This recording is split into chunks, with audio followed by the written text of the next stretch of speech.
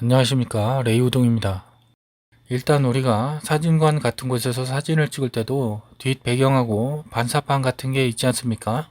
마찬가지로 블렌더에서도 그런 역할을 하는 것들을 만들어 줘야 합니다. Shift A키를 누르고 애드 메뉴에서 플레인, 평면을 하나 불러옵니다. 그 상태로 S20 엔터를 눌러주시면 크기가 20만큼 확장이 되게 됩니다. 오른쪽 메뉴창을 열어서 스케일해 보면 20으로 되어 있는데 여기에서 크기를 조절해 주셔도 되겠습니다.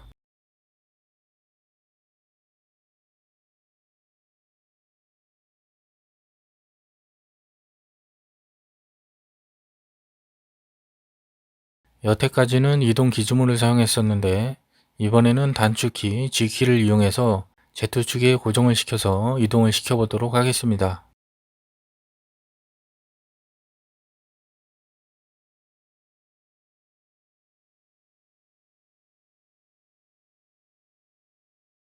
그리고 에디트 모드로 들어갑니다.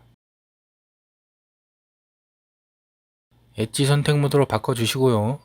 단축키는 숫자키 2번이죠. 이제 뒷부분 엣지를 선택해 주시고 단축키 2키를 눌러서 익스트루드를 해줍니다. 다시 Z키를 눌러서 Z축에 고정을 시켜주고 위로 쭉 올려줍니다. 높이는 카메라에 잡히지만 않으면 되니까 대충 올려주시면 되겠고요. 다시 처음에 선택했던 엣지를 클릭합니다. 그리고 컨트롤 B키를 누르면 베벨이 되게 되는데요.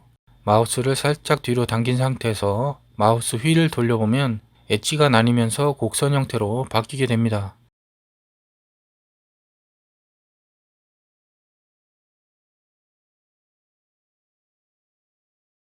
베벨 설정창에서 조절을 해주셔도 되는데 꼭 저랑 똑같이 해주실 필요는 없습니다.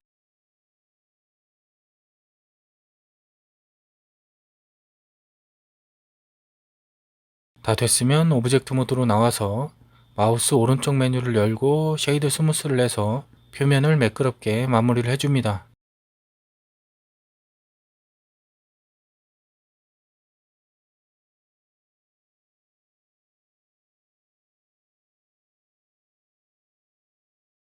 스튜디오 크기는 알아서 적당히 조절해서 사용하시면 됩니다. 아무거나 좀 더 잘 나오는 걸로 사용을 하시면 그게 정답이 되겠죠.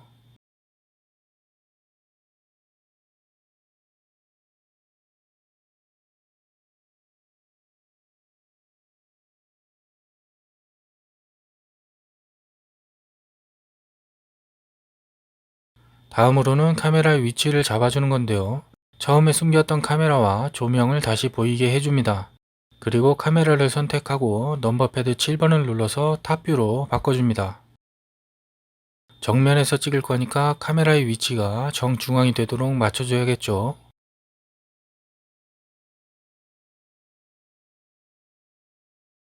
오른쪽 설정창에서 X축의 수치를 0으로 바꿔주면 당연히 정중앙에 위치하겠죠.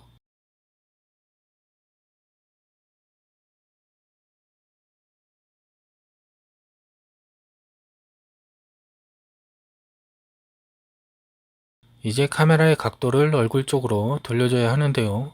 이것도 당연히 Z축을 기준으로 돌려야 하지만 초보자분들은 아직 축에 대한 개념이 없을 수도 있기 때문에 오른쪽 트랜스폼 메뉴창에 로테이션의 수치를 바꿔가면서 맞는 걸로 찾아서 사용하시면 되겠습니다.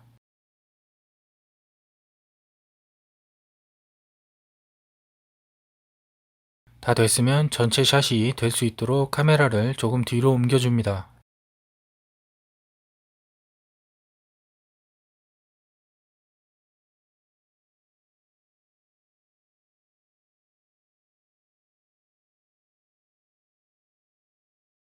여기까지 해줬다면 확인을 해봐야겠죠. 넘버 패드 0번을 눌러서 카메라 뷰로 확인을 해봅니다. 기가 막히게 맞았죠. 이게 바로 짬인 겁니다. 아무튼 쓸데없이 맞춰보도록 하겠습니다. 수치를 요래요래 바꿔가면서 원하는 위치로 맞춰주시면 되겠습니다.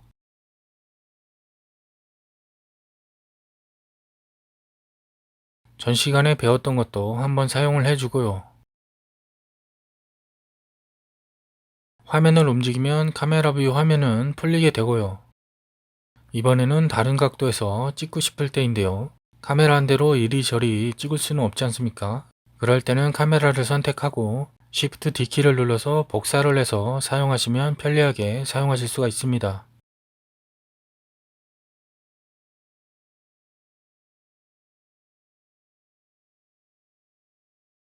복사한 카메라의 위치나 회전을 어느 정도 맞췄으면 이제 확인을 해봐야 하니까 다시 넘버패드 0번을 눌러봅니다. 그런데 이게 무슨 일이죠? 처음에 있던 카메라 뷰로 보여지게 됩니다.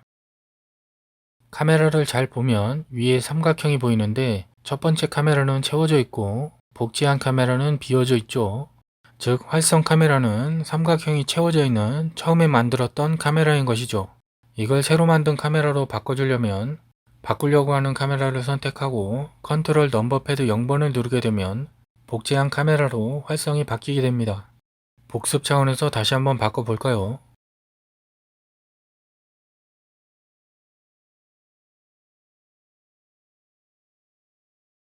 참 쉽죠?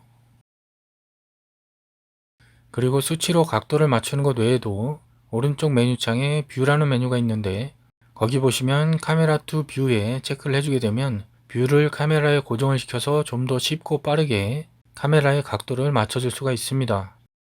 다른 방법들도 있는데 그건 따로 설명을 드려야 할 것 같아서 넘어가겠습니다.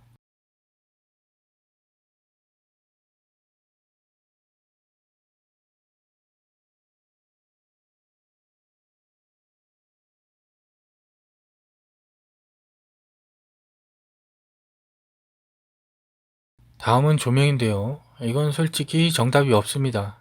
그냥 해보면서 나은 걸 찾아가는 방식이라 무작정 배운다라기보다 본인이 이것저것 연구를 해보시면서 찾아가는 게 매우 중요하다고 할 수가 있겠습니다.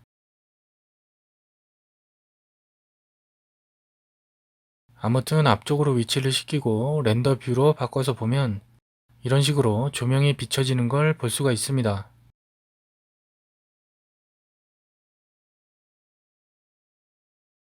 조명은 한 개만 사용하는 경우는 별로 없고 보통 3개 정도를 사용하는데요.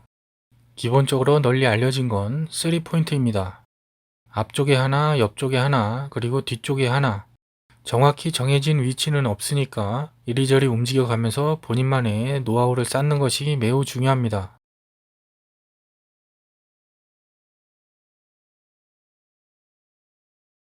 잘 모르겠거나 귀찮을 때는 업데이트로 생긴 3포인트 라이트를 사용하는 것도 괜찮습니다. 오브젝트를 선택하고 Shift A키로 애드 메뉴를 열어서 라이트에 3포인트 라이트를 선택합니다. 그리고 왼쪽 아래 메뉴에서 강도를 조절해 주시면 쉽게 조명을 설치해 줄 수가 있습니다.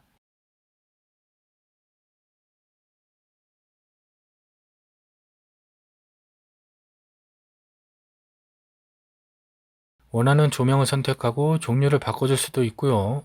사이클 렌더에서는 크게 건드릴 건 없습니다.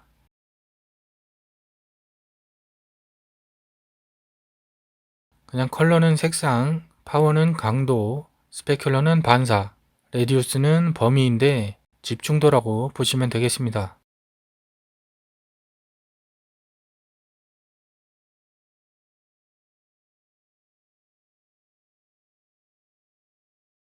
그리고 조명은 이런 식으로 가까이서 비춰주는 역할인데요.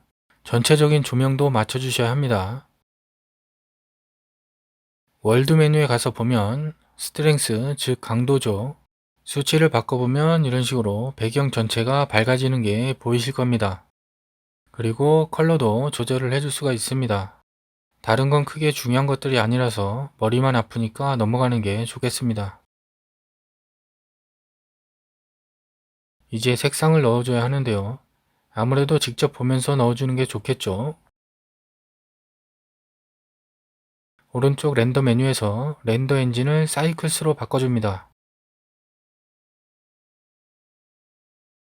피처셋은 익스피리먼탈, 실험적으로 바꿔주시고 디바이스는 그래픽카드가 있으시면 GPU로 하시는 걸 추천드립니다. 렌더는 쉽게 그냥 렌더 품질이라고 보시면 됩니다. 높을수록 품질이 좋아지지만 시간이 너무 길어져서 기다리다 늙어 죽을 수도 있다는 단점이 있습니다. 뷰포트는 그냥 지금 보고 있는 화면의 품질인데 최종 렌더링하고는 상관없으니까 대충 맞춰주시면 되겠습니다. 디노이징은 노이즈를 제거하는 메뉴인데 RTX 그래픽카드가 있는 것도 아니고 골치 아프니까 그냥 NLM으로 해주시면 되겠습니다.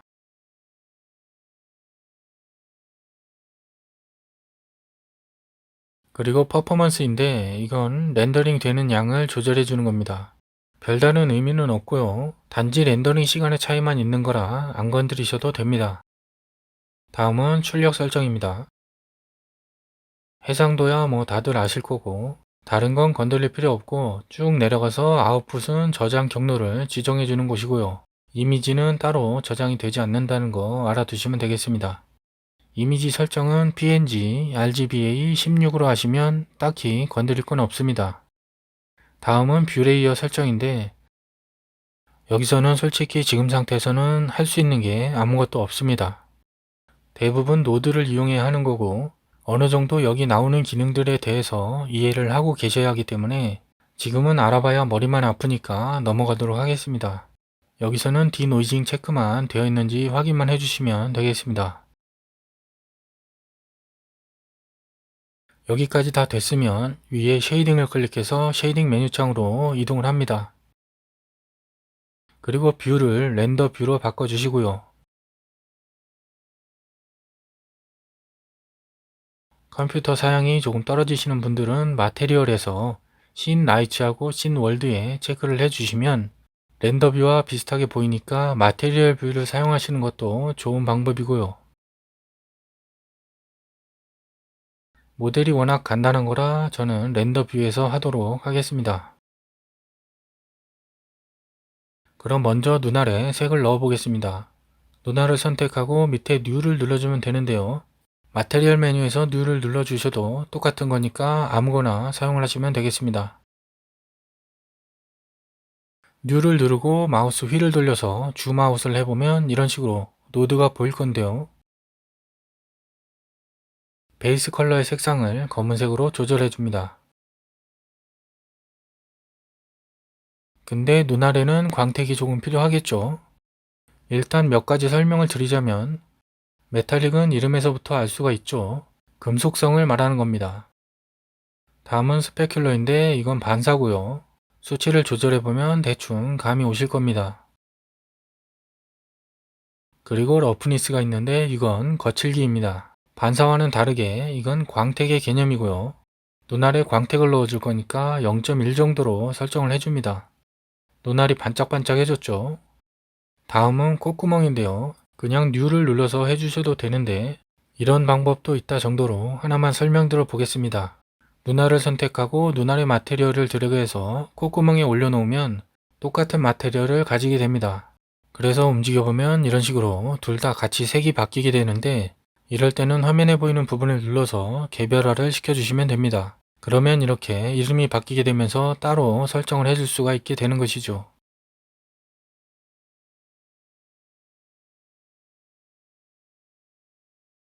아무튼 콧구멍에는 광택이 필요 없으니까 러프니스를 올리던가 스페큘러를 낮춰줍니다. 다음은 입부분인데요. 마찬가지로 뉴를 누르고 노드에서 색상을 조절해줍니다.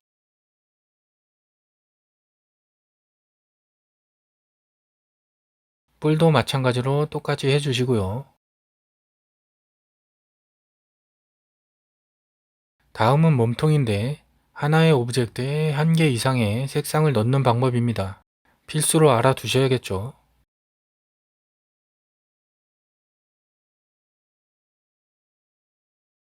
몸통을 선택하고 에디트 모드로 들어갑니다. 그리고 색상을 넣어줄 곳에 페이스를 선택하고 마테리얼에 플러스를 눌러서 새로운 마테리얼을 생성해 주시고 어사인을 눌러서 적용을 시켜 줍니다. 컬러를 바꿔보면 메쉬를 선택해서 어사인을 해준 곳에 마테리얼이 적용된 게 보이시죠?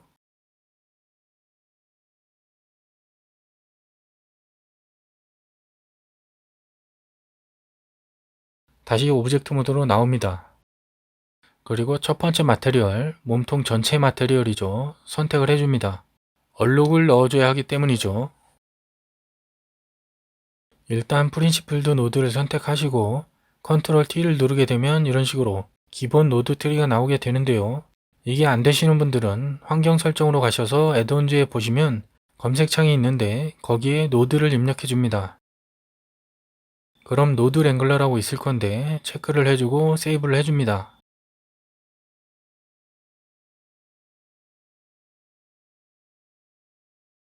만약에 잘 모르시겠다 하시면 수동으로 불러오셔도 됩니다. Shift A키를 눌러서 인풋에 보시면 텍스처 코디네이트라고 있고요. 매핑은 벡터에 보면 있고요. 그리고 텍스처는 보로노이 텍스처를 불러오시면 되겠습니다.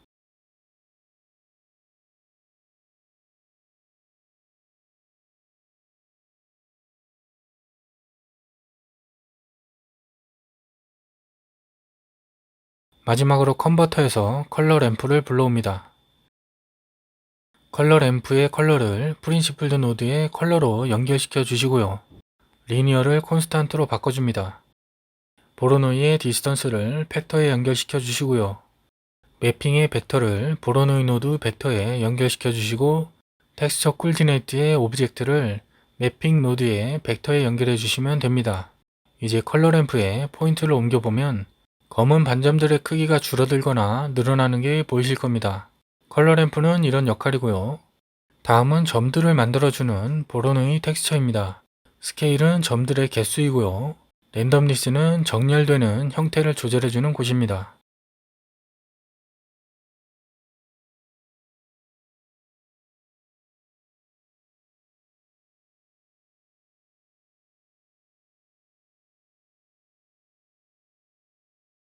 그리고 매핑은 텍스처의 위치나 각도, 크기 등을 조절해 줄 수 있는 노드이고요.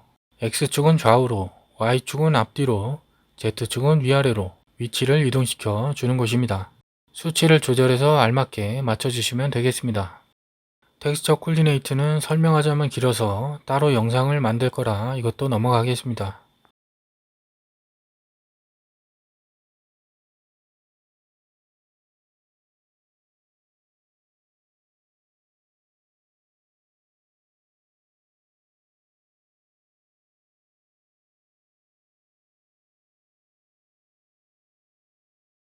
다 됐으면 다시 렌더 뷰로 돌아와서요. 아까 설명하지 못했던 컬러 매니지먼트로 가겠습니다. 여기서는 명암이나 대비 같은 걸 조절해 줄 수가 있고요. 필름맥은 약간 영화처럼 물 빠진 색으로 나오게 되는 것이고 보통은 스탠다드로 많이들 사용을 하고 있습니다. 이것저것 해보시면서 마음에 드는 걸로 사용을 하시면 되겠습니다.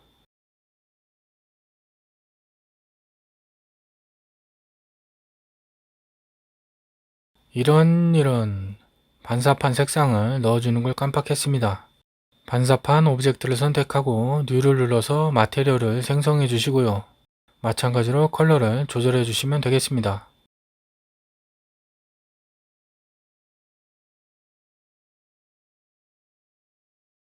반사판의 색상도 중요하지만 월드 조명의 색상을 바꿔서도 영향을 줄 수가 있습니다.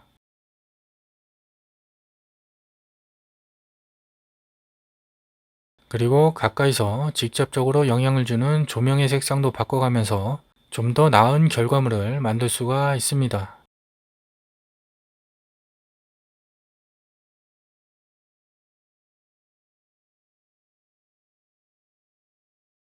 조명을 일일이 선택하기가 힘들 때는 아웃라이너 창에서 조명을 선택해 주셔도 됩니다.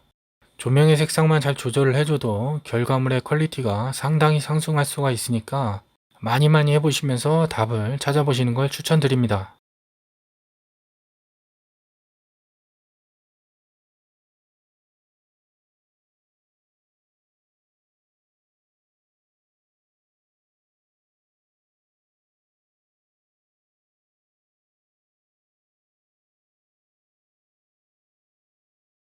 아무튼 다 됐으면 단축키 F10이나 렌더 이미지를 눌러서 렌더링을 해주시면 되겠습니다. 이미지는 따로 출력 설정을 해줘야만 자동으로 저장이 되기 때문에 렌더링이 끝나면 반드시 수동으로 저장을 해주셔야 합니다. 이렇게 얼룩소 모델링은 끝이고요. 여러 마리의 소를 만드는 방법과 카메라 아웃포커싱에 대해서는 따로 영상을 만들어서 만나 뵙겠습니다. 그럼 시청해 주셔서 감사합니다.